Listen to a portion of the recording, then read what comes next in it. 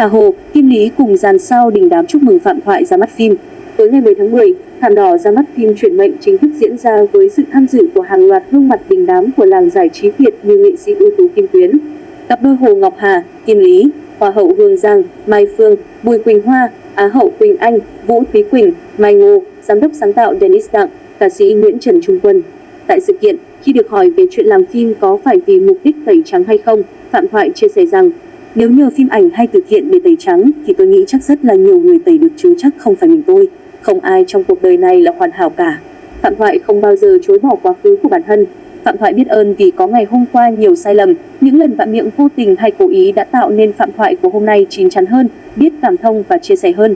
Phạm Thoại nói thêm, trước câu hỏi liên quan đến việc chọn đề tài xuyên không và cho nhân vật chuyển từ nam thành nữ, bà Lời Võ, giám đốc sản xuất của dự án cho biết, câu chuyện xuyên không, nhân vật chính chuyển từ nam thành nữ hay từ nữ thành nam không phải là đề tài hiếm gặp trong phim ảnh. Trước khi bấm máy, ekip có tính toán đến nhiều phương án nhưng sau này thì lựa chọn tuyến chính sẽ là xuyên không chuyển từ nam thành nữ.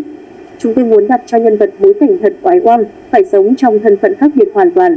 Đây là thử thách với Phạm Thoại, với đạo diễn Hoàng Khôi mà cũng là thử thách với chính ekip sản xuất. Riêng đối với vấn đề liên quan bối cảnh và phục trang phim, đạo diễn Hoàng Khôi bày tỏ ekip không xác định chính xác mốc thời gian diễn ra câu chuyện.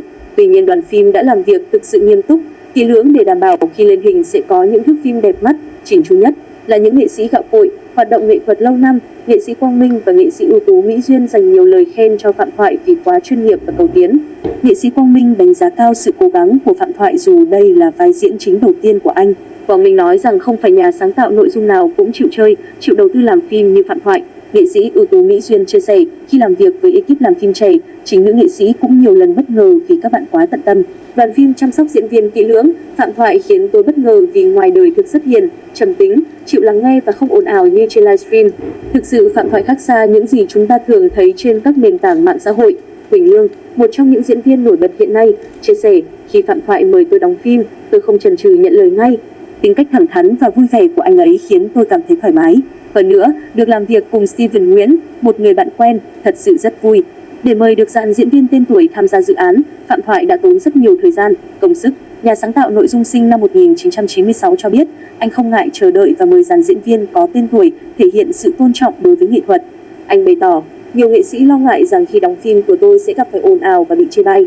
Do đó, ban đầu tôi đã bị từ chối nhiều lần. Nhưng khi nhận được sự đồng ý từ các nghệ sĩ như Kim Xuân, Mỹ Duyên, Quang Minh, Hữu Đằng, Quỳnh Lương và Steven Nguyễn, tôi đã thực sự thở phào nhẹ nhõm.